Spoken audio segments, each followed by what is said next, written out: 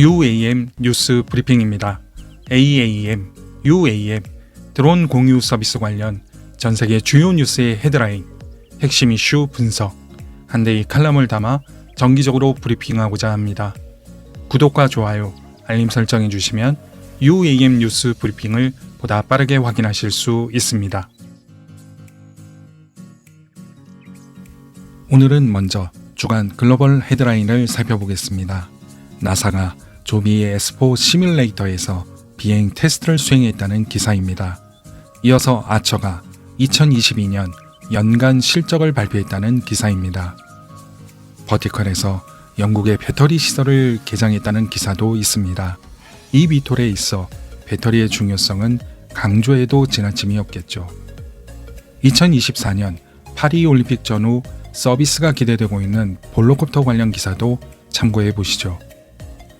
이브 홀딩스에서 2022년 실적을 발표했다는 기사입니다.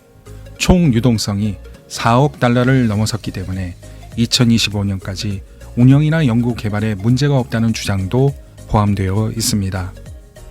드론 배달업계의 강자 짚라인에서 새로운 드론, 정밀 배송을 위한 연결형 미니 드론을 출시했다는 기사도 눈길을 끌고 있습니다. 국내 언론에도 다수 소개되었는데요. 주목할 만합니다. 아일랜드의 드론 배달 기업 만나가 코카콜라 HBC 투자 유치로 미국 시장에 진출했다는 기사도 인상적입니다. 월마트의 드론 배달 서비스 확장 소식도 눈길을 끕니다. 드론 배달 상용 서비스가 확대되면서 의미 있는 뉴스도 자주 확인할 수 있습니다. 이어서 KUAM 분석, 기업 대 정부 당국 기대하는 역할입니다. 여러분, 슌페터라는 학자를 알고 계신가요? 케인스와 더불어 20세기 전반의 대표적인 경제학자로 거론되는 분입니다. 오랜 시간이 흘렀기에 그의 주장이나 전망의 오류가 밝혀지기도 했지만 기술 혁신 이슈에 관한 슌페터의 분석은 지금도 높게 평가받고 있습니다. 특히 기술 혁신이 자본주의를 이끄는 힘이고 기업가가 혁신을 이끄는 주체라는 주장은 지금도 많은 영감을 주고 있습니다. 우리 사회가 미래로 나아가기 위해서는 새로운 기술 혁신이 필요한데 그 혁신의 주체는 기업가라는 주장입니다. 오늘날 마이크로소프트의 빌 게이츠, 애플의 스티브 잡스, 테슬라의 일론 머스크 등등등 그 사례입니다. 물론 기업가 개인의 허물이나 태도, 그로 인한 대중의 호불호가 있을 수 있겠지만 그들과 그들의 기업으로 인해 우리 사회는 일정 부분 혁신되고 진보해 왔습니다. 저희 채널이 집중하고 있는 도심항공교통 UAM, 선진항공교통 AAM, 드론 배달, 드론 택배, 이들도 우리 사회를 미래로 이끌어줄 새로운 혁신 기술 중 하나입니다. 이 혁신의 주체는 누구일까요? 저희저서 UAM이나 채널 영상을 통해 소개해드리고 있는 여러 글로벌 스타트업이 그 혁신을 준비하고 있습니다. 이들 중 누군가는 이런저런 이유 때문에 불가능하거나 미루어질 것이라는 세간의 전망을 넘어 치열한 경쟁을 거쳐 그 혁신의 주인공이 될 것이라 생각합니다.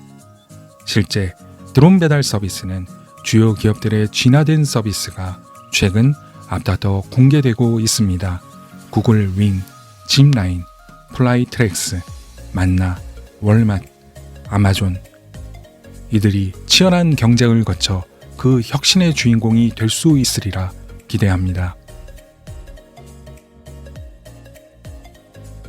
그러면 몇 년 전부터 추진되어 온 한국형 도심항공교통 KUAM 드론 택배, 그 혁신의 주체는 누구일까요? 누가 혁신을 준비하고 있을까요? 2025년 상용 서비스를 공언해온 KUAM, 막상 혁신의 주체여야 할 기업, 스타트업이 잘 보이지 않습니다. 현대자동차의 미국 현지 법인인 슈퍼널, 하나그룹에서 투자하고 있는 오버에어 등이 있지만 스타트업이나 주요 기업들의 구체적인 움직임을 찾아보기 어렵습니다. 다만 우리 정부 당국의 구호는 여전히 화려합니다. 꽤 오래전부터 계획을 세우고 기한을 설정하며 KUAM을 선도하는 것은 정부 당국이었습니다.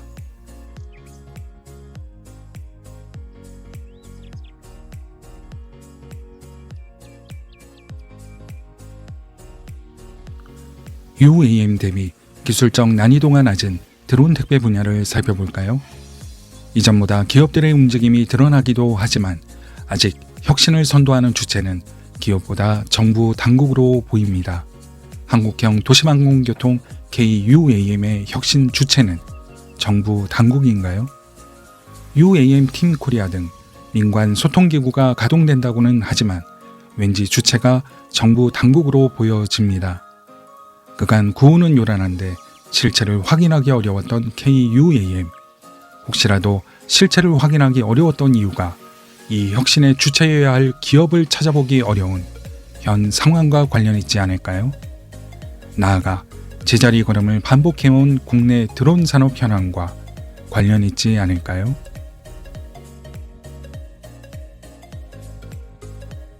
기업과 정부, 이제라도 역할을 명확히 할 필요가 있습니다.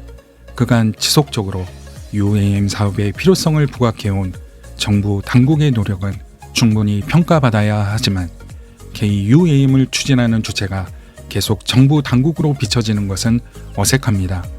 향후 글로벌 스타트업들의 UAM 항공기가 가망 인증을 통과한다 해도 실제 이 비토를 들여와서 도심 내 상용 서비스를 제공하고 안전이나 소음, 경제성, 기존 대중교통과의 연계 이슈를 해결해야 할 주체는 기업이 되어야 합니다.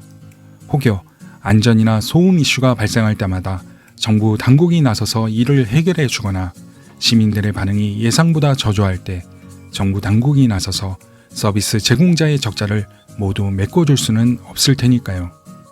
각자 사운을 걸고 이런저런 난관을 극복하며 혁신의 주체가 되어야 할 것은 기업이어야 합니다. 오히려 정부 당국은 기업이 해결하기 어려운 이슈, 가령 서울의 주요 지역이 실질적인 비행 금지 구역이므로 발생하는 회랑 설계 한계 이슈 등을 풀어나가야 합니다. 한강 수상택시 사례에서 확인했듯 시민들이 이용하기 불편한 위치에 버티포트가 구축되거나 연계 교통편이 부족하다면, 혹여 운항하는 노선이 극히 제한된다면 시민들은 외면할 수 있고 결국 서비스 제공자는 적자를 벗어나기 어려워 중단 위기를 맞이할 것입니다. 분단 국가이기에 비행 금지 구역 설정이 불가피한 것이라면 서비스 시작 전 기업들과 충분히 검토하고 회랑 설정 및 버티포트 구축 위치 선정에 최대한 해결책을 찾아야 할 것입니다. 필요한 입법이 있다면 서둘러야겠죠. 우리 시장이 더 매력적일 수 있도록 기업들이 사운을 걸고 뛰어들 수 있도록 기반을 조성해야 합니다. 더불어 미국이나 EU의 가망 인증 수립 과정에도 적극적으로 참여해서 관련한 법률 등을 사전에 정비하거나 입법해서 불확실성을 해소해 나가야 합니다. 시민들의 안전이 무엇보다 우선돼야 함과 동시에 정부 당국은 적절한 룰을 만들고 그 룰을 지킨 기업에게 울타리가 되어 주어야 합니다. 합의한 룰을 지킨 기업이 혁신 과정에서 발생할 수 있는 다양한 목소리에 묻혀 사업이 중단되는 일이 없도록 든든한 울타리가 되어 주어야 합니다. 과거 차량 공유 서비스 타다 사례에서 교훈을 얻어야 합니다. 참고로 이 비톨 등 새로운 가망인증 기준을 수립하는 일이 힘든 이유 중 하나는 책임이 뒤따르기 때문입니다. 무작정 안전 기준을 높여놓으면 통과할 기업이 없고, 안전 기준을 낮추면 혹여라도 사고 발생 시 책임 소재를 지적하는 목소리가 높아질 수 있습니다. 결코 쉽지 않은 일이지만 이런 과정이 선제 처리될 때 불확실성이 해소되고 비로소 기업들이 본격적으로 역량을 발휘할 수 있습니다. 초기 가망 인증을 주도하고 있는 미국이나 EU의 가망 당국, 행정 당국과 우리 정부 당국이 적극적으로 협력해서 필요한 법률 등을 사전에 정비하거나 입법하는 등 선제적으로 기준을 수립해야 합니다. 선제적으로 적절한 기준을 만들고 리더십을 발휘하는 것이 능력이고 정부 당국에게 기대하는 역할입니다. 정부 당국이 책임감 있게 그 역할을 해줄 때 우리나라에서 혁신을 선도하는 기업이 더 많이 등장할 것이고, 그들이 세계 시장도 주도할 수 있습니다. KUAM, AAM 드론 배달 서비스 혁신을 선도하는 기업이 다수 등장하고 그로 인해 우리가 편리함을 누릴 수 있기를 소망합니다. 오늘은 한데이 컬럼으로 KUAM 분석, 기업 대 정부 당국, 기대하는 역할에 대해 말씀드렸습니다. 이어서 UAM 뉴스 글로벌 헤드라인입니다. 앞서 소개해드린 내용 외에도 여러 뉴스의 제목과 원문 주소를 영상 설명란에 기록해 두었으니까요. 관심 있는 분들은 해당 뉴스를 직접 확인해 보시면 좋을 것 같습니다.